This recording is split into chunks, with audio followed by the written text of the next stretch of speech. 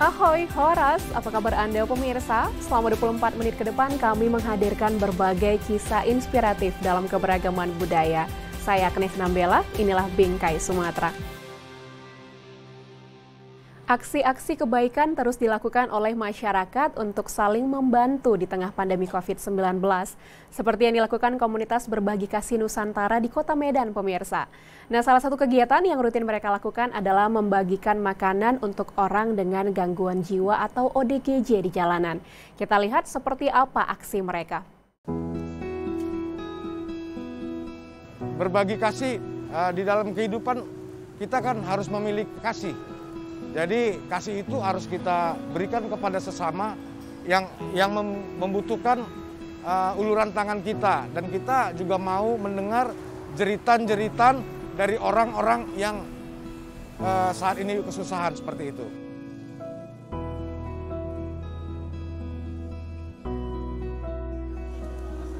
Situasi sulit yang datang akibat wabah COVID-19 menggerakkan hati masyarakat untuk saling membantu satu sama lain. Hal ini yang dilakukan komunitas Berbagi Kasih Nusantara atau disingkat dengan sebutan BKN. Komunitas yang dibentuk oleh dua sahabat, Yanto dan Yosef ini, hadir untuk memberikan dukungan kepada warga yang terkena dampak pandemi secara ekonomi. BKN memberikan sembako berupa beras, telur, dan minyak goreng kepada warga prasejahtera. Bantuan sembako dan moralitas juga mereka berikan kepada anak-anak di panti asuhan. Pada awal pandemi, BKN membagikan cairan desinfektan kepada rumah-rumah ibadah dari berbagai agama yang ada di Kota Medan. Saat banjir melanda Kota Medan pada akhir tahun lalu, komunitas yang berdiri pada pertengahan tahun 2020 ini turut meringankan beban korban banjir dengan memberikan nasi kotak kepada mereka.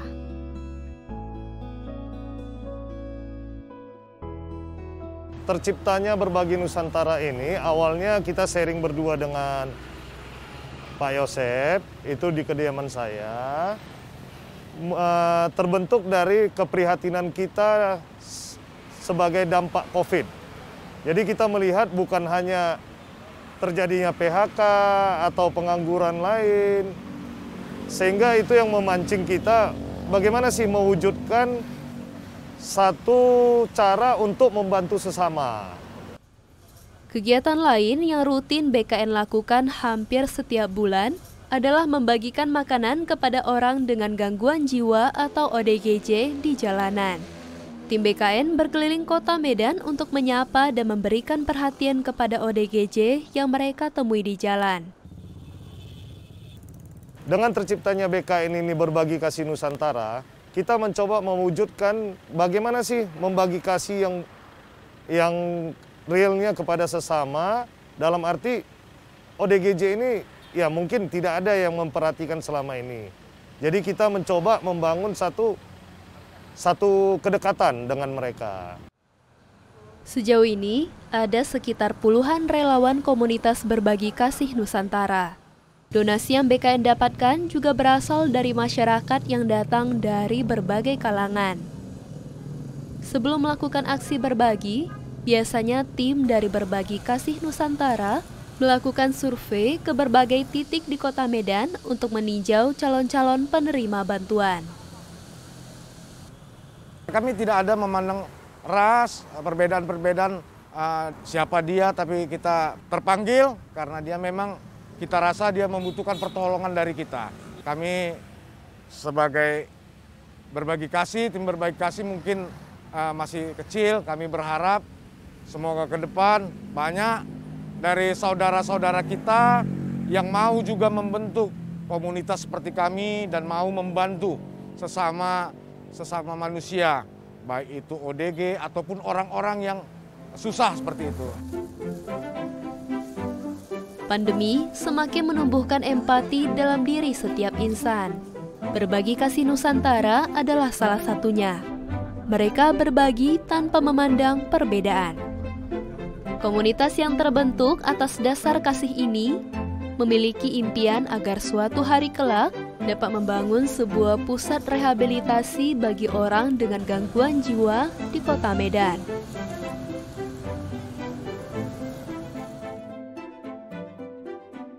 Sosok Chong Afi yang dermawan tanpa memandang perbedaan suku, ras, dan agama menjadikannya sebagai pelopor keberagaman.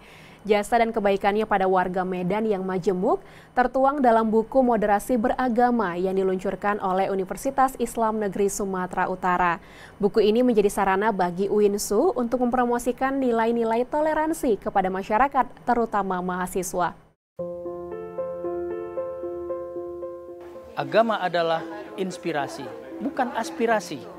Ya, inspirasi artinya bagaimana dengan agama, dengan bahasa agama, dengan sikap agama kita menghargai keberbagaian, kemajemukan bangsa kita ini.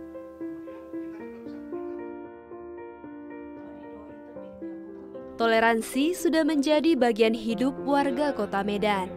Buku Moderasi Beragama Sumatera Utara, kontribusi awal Chong Afi, menggambarkan bagaimana persaudaraan antar umat beragama terjalin sejak masa Chong Afi hidup di zaman Kesultanan Delhi. Ditulis oleh Hasna Nasution yang juga merupakan wakil rektor 2 Universitas Negeri Islam Sumatera Utara, buku ini menjadi salah satu sarana UINSU dalam mempromosikan nilai keberagaman di lingkup kampus. Sang penulis mengungkapkan alasannya memilih tokoh Chong Afi dalam buku ini. Sebagai keturunan Tionghoa yang sukses membangun bisnis di Sumatera, Chong Afi dipilih sebagai pemimpin komunitas Tionghoa pada tahun 1911. Sosoknya pun disegani dan dihormati oleh seluruh golongan masyarakat. Ia begitu berjasa dalam membangun Kota Medan yang pada masa itu dinamakan Delhi Tua. Pembangunan rumah ibadah termasuk Masjid Bengkok Kota Medan merupakan beberapa jasa Chong Afi untuk warga Muslim.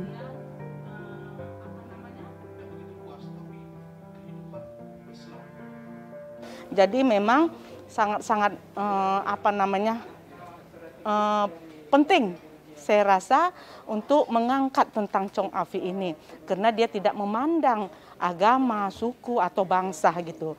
Setiap semua agama, kayak gereja katedral, terus kemudian yang kuil di Jalan Tengku Umar juga dibangunnya. Kemudian titik yang di jalan di Jainul Arifin itu rupanya juga sumbangan dari dia. Jadi ternyata saya lihat ini rupanya memang sumbangsih Chong Afi di Sumatera Utara itu baik dalam bidang sosial masyarakat maupun agama memang sangat-sangat banyak. Peluncuran buku Moderasi Beragama ini baru saja diadakan beberapa waktu lalu di kampus UINSU Desa Tuntungan 2, Kecamatan Pancur Batu, Deli Serdang. Dengan tetap menerapkan protokol kesehatan, kegiatan ini dilaksanakan secara luring dan daring. Berbagai elemen masyarakat hadir dalam acara ini. Di antaranya para akademisi UINSU, Ketua MUI Sumatera Utara, perwakilan kaum Tionghoa, serta mahasiswa. Perguruan tinggi, kampus, universitas memiliki peran yang sangat penting di dalam mensosialisasikan idiom-idiom kehidupan yang sangat kita butuhkan dalam kehidupan bersama sebagai bangsa dan umat manusia. Maka buku ini yang ditulis oleh salah seorang dosen UIN Sumatera Utara, kebetulan wakil rektor 2, kita anggap menjadi titik kumpul pemikiran kita bahwa moderasi beragama itu menjadi kebutuhan bersama kita di dalam mengembangkan kehidupan berbangsa yang lebih maju ke depan. Tokoh Chong Afi yang diceritakan dalam buku Moderasi Beragama menjadi bukti bahwa perbedaan dapat membawa keharmonisan dalam hidup bermasyarakat. Apalagi untuk Medan, miniatur Indonesia, kota yang ditinggali beragam suku dan agama. Air yang tenang, rumput yang kukuh, tanah yang berkilau. Inilah Desa Tipang menyimpan nilai historis tentang penataan kehidupan masyarakat Batak Toba di bagian barat daya Danau Toba, pemirsa. Bukan hanya sekedar kekerabatan, tetapi juga tentang konsep kehidupan, khususnya sektor pertanian yang menjadi kearifan lokalnya. Nah, ingin tahu seperti apa keindahan Desa Tipang? Berikut liputan selengkapnya. Tipang adalah perkampungan genealogis dengan kedaulatan Raja Napitu atau 7 marga cucu si Raja Sumba. Desa ini terletak di Kecamatan Bakti Raja, Kabupaten Humbang Hasundutan. Tipang memiliki panorama hamparan sawah yang menjadi tumpuan penghidupan masyarakatnya sejak dahulu. Sebagian besar petani sudah mengusahakan tanaman padi secara turun-temurun. Rata-rata petani menggarap lahan warisan orang tuanya. Sihali Aek adalah sebutan untuk organisasi pengairan. Pada praktiknya, terdapat 3 kelompok organisasi pengairan di Tipang, yaitu Sihali Aek Dolok, Sihali Aek Toba, dan Parongit. Saat ini, kondisi saluran irigasi sudah lebih modern karena perbaikan di tahun 2012 yang panjangnya diperkirakan mencapai 4.500 meter. Dahulu, tradisi pemeliharaan irigasi atau disebut pembersihan tali air rutin dilakukan menjelang masa tanam panen. Mula perjulu si Alek Tubaon, ini, ya si Alek dulu ala dari gunung dibangkit tali air itu sana ada kelihatan airnya. Tadi. Kalau tadi. Jadi Parongit rapat siono pulu dan umum asa dibagi aiki tu Parongit. Jadi yang boy masih baben aekna tu homana ikut dikira do antara gulat si Hobin do si Mamora dikira do ane yatur do. Jadi unak tubuh akan persoalan. Saat ini, nilai kearifan lokal melalui tradisi Sihali Aek masih berlangsung meski tidak seintensif dahulu. Dahulu, upacara tradisional dilakukan menjelang musim tanam dan menjadi prolog kebersamaan musim tanam, menyusul pembenahan saluran air untuk pertanian. Pada dasarnya, kegiatan ini berhubungan dengan organisasi pengairan yang berada dalam payung organisasi BIUS atau Konfederasi Kampung.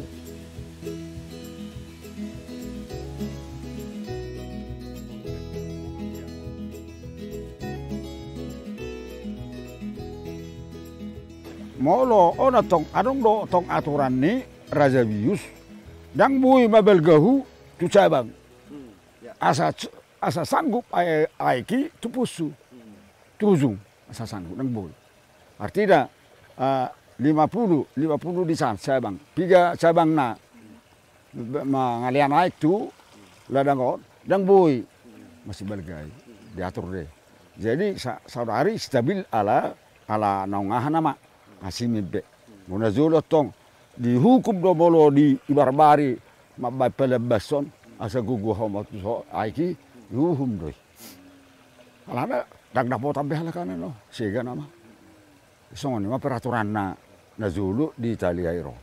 Desa Tipang itu memiliki kearifan lokal, nilai-nilai budaya Batak Toba yang perlu dilestarikan. Semua kearifan lokal kita sebagai implementasi dari nilai-nilai tradisi atau budaya kita itu mengalami kemunduran ya. Karena berbagai faktor, bisa karena faktor modernisasi, boleh juga faktor agama. Tetapi kalau saya melihat karena sawah ini memang perlu untuk masyarakat setempat, kemudian juga irigasi itu harus dilakukan untuk sawah itu, apalagi ada sumber airnya, ini masih tetap bisa dilestarikan dan direvitalisasi. Konsep kehidupan masyarakat di Tipang adalah gambaran lain karakteristik kehidupan masyarakat Batak Toba. Kearifan lokal yang ada membentuk pola gotong royong atau marsirimpa masyarakatnya. Untuk itu, sebagai generasi penerus, kita harus bangga sekaligus memelihara kearifan yang ada.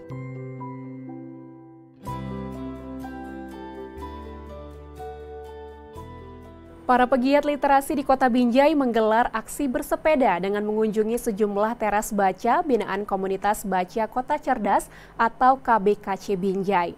Nah, tidak hanya itu, mereka juga memberikan donasi buku ke teras baca yang mereka kunjungi, pemirsa. Tujuannya untuk memudahkan akses membaca kepada masyarakat di kota ini. Berikut liputan selengkapnya dalam segmen Sekitar Kita.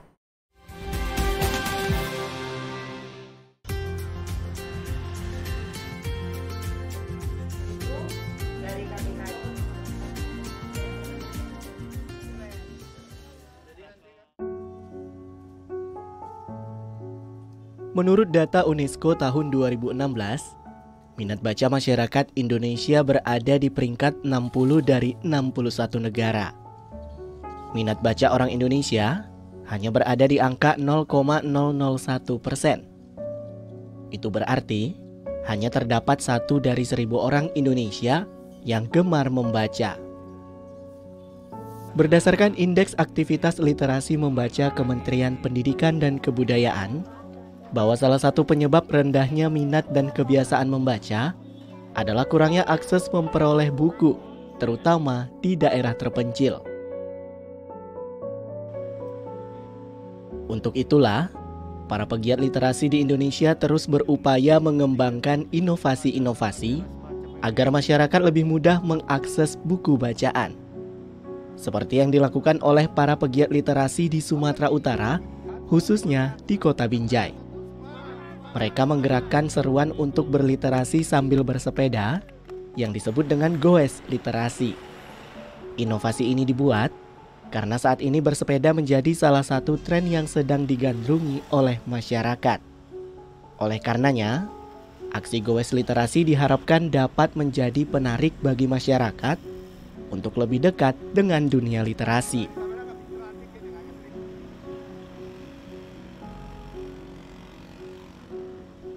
Goes literasi sebenarnya merupakan kreativitas dari kawan-kawan pegiat literasi di Sumatera Utara yang tujuan pertamanya kita akan menghimpun dana untuk menyediakan target kita 28 sepeda baca yang itu akan kita sebarkan ke pelosok-pelosok Sumatera Utara kepada anak-anak kita di desa-desa.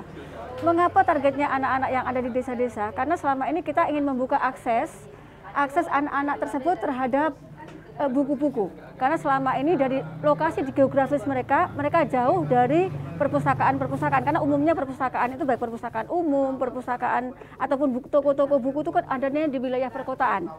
Sehingga kita antarkan buku-buku itu dekat kepada mereka. Di kegiatan goes literasi ini diikuti sekitar 10 orang peserta yang terdiri dari pegiat literasi di Kota Binjai. Mereka pun memilih rute dan tujuan ke beberapa lokasi. Pertama, mereka mengunjungi kantor Persatuan Wartawan Indonesia atau PWI Binjai. Di sini, mereka berdiskusi dan merencanakan pendirian lapak baca di depan kantor PWI Binjai. Karena lokasi ini dinilai strategis yang berada di sekitar lapangan Merdeka Binjai. Setelah kantor PWI Binjai, mereka pun bergerak menuju ke lokasi kedua, yakni Taman Belajar Nafis. Taman baca ini merupakan salah satu binaan Komunitas Baca Kota Cerdas atau KBKC Binjai. Di sini, selain memberikan sejumlah buku, mereka juga menyapa adik-adik yang sedang belajar di taman baca ini. Tidak hanya itu, para peserta goes literasi juga mendapatkan pengetahuan literasi finansial berbasis entrepreneurship, yakni belajar membuat produk rumah tangga seperti sabun cair, deterjen, dan lainnya. Kegiatan ini pun sangat menginspirasi dan bermanfaat. seperti yang dirasakan oleh Kadis Pendidikan Kota Binjai Sri Ulina Ginting yang menjadi salah satu peserta Goes Literasi. Alhamdulillah saya merasa sangat terinspirasi, sangat baik ini, dan saya diajak oleh Bu Asma dan Pak Ipan sebagai penggagas daripada Goes Literasi. Besok untuk kita lakukan goes menuju kepada teras baca di PWI, dan ada teras baca ini yang sedang kita kunjungi. Dan saya sangat menyambut positif hal ini, sangat luar biasa karena Mas Menteri mengharapkan hal seperti ini, di mana di masa pandemi ini anak-anak juga kita harapkan mereka tetap aktif untuk belajar walaupun harus belajar dari rumah. Nah, dengan adanya teras baca ini tersampaikan apa yang dimaui Mas Menteri dengan prinsip Merdeka Belajar, bahwa belajar itu bisa di mana saja dan kapan saja dengan objek siapa saja. Kunjungan peserta Goes Literasi ke Taman Baca Nafis ini diterima dan disambut baik oleh pihak Taman Baca dan anak-anak didiknya. Ririm Mirantika, pendiri Taman Belajar Nafis di Binjai, berharap kunjungan ini dapat membangkitkan semangat pengajar dan anak-anak dalam membangkitkan semangat literasi.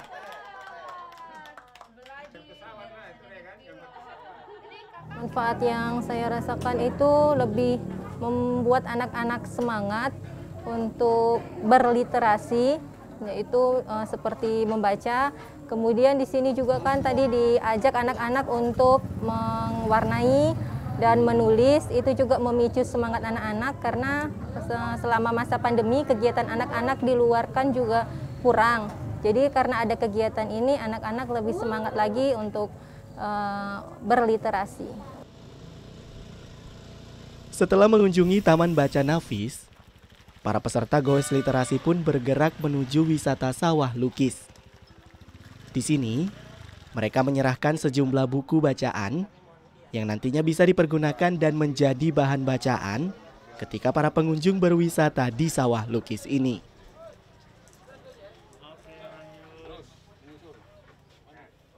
Harapan kami kalau yang pertama kepada masyarakat ya,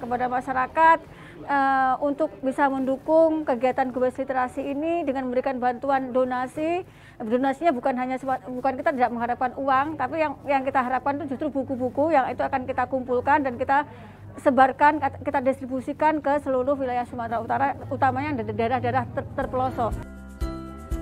Buku adalah jendela dunia. Semakin sering jendela dunia ini dibuka, semakin cerdaslah masyarakat kita. Oleh karenanya, mari dukung upaya pemerintah dan pegiat literasi untuk mencerdaskan masyarakat lewat budaya membaca. Sekian program Bingkai Sumatera, saya Agnes Sinambelau pamit. Jaga diri Anda dengan menerapkan protokol kesehatan dan tetap semangat menyebarkan kebaikan.